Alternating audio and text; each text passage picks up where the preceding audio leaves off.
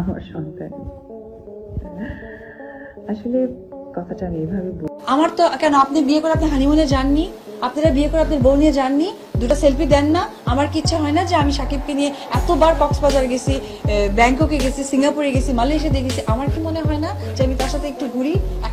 এই মাত্র একটি লাইভ প্রোগ্রামে এসে অপু বিশ্বাস কান্না বিচলিত কণ্ঠে কি এমন স্বীকার করলেন যা নড়ে চড়ে পড়েছে পুরা ঢালিউড পাড়া। হ্যাঁ বন্ধুরা, এবার বহুদিন পর আবারও মুখ খুললেন অপু বিশ্বাস।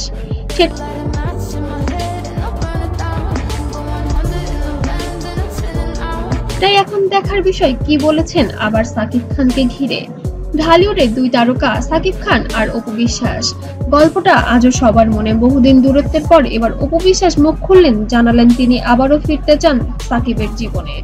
সাকিব এত ভালো একটা ছেলে, আমি এটুকু বলতে পারি যে আমরা অনেক শোতে বাইরে গেছি যেহেতু। তবে কি আসলে তারা একসঙ্গে হয়ে গিয়েছেন, শুধুমাত্র সবার সামনে প্রকাশের জন্য অপেক্ষা করছেন? অপুর ভাষায় সাকিব ছাড়া আমি অসম্পূর্ণ, আমার সব সুখ দুঃখ স্বপ্ন সবকিছু সাকিবকে ঘিরেই। ভুল বোঝাবুঝি হোক বা দূরত্ব, আমার হৃদয়ে এখনো কেবল সাকিবের জন্যই জায়গা আছে। সবাই জানেন আমার প্রাণের মানুষ একজন, আমার আপনজন, বড় আপনজন। আসলে আমি স্পেসিফিক নাম বলতে চাই না, ব্যক্তিগত কোনো ব্যাপারগুলো খুব একটা আমি আনতে চাই না।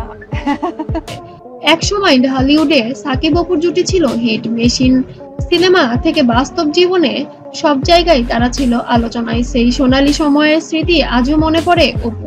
কিন্তু সময়ের সাথে সাথে তৈরি হয় দূরত্ব, ভুল বোঝাবুঝি, দাম্পত্য কলহ আর চারপাশের চাপ এই জুটিকে আলাদা করে দেয়। তারপর শুরু হয় নানান বিতর্ক, কিন্তু অপু বিশ্বাসের মতে সব ভুল মুছে নতুন ভাবে শুরু করাই সমাধান। হ্যাঁ, এসব বকরি সকরি নিয়ে আমার সাথে কথাই বলেন না।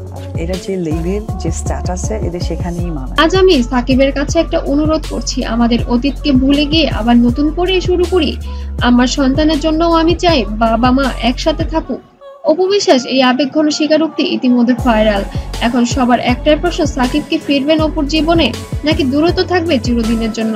আপনারা কি মনে করেন, অপুর কি আবার এক হওয়া উচিত? কমেন্টে জানাতে ভুলবেন না।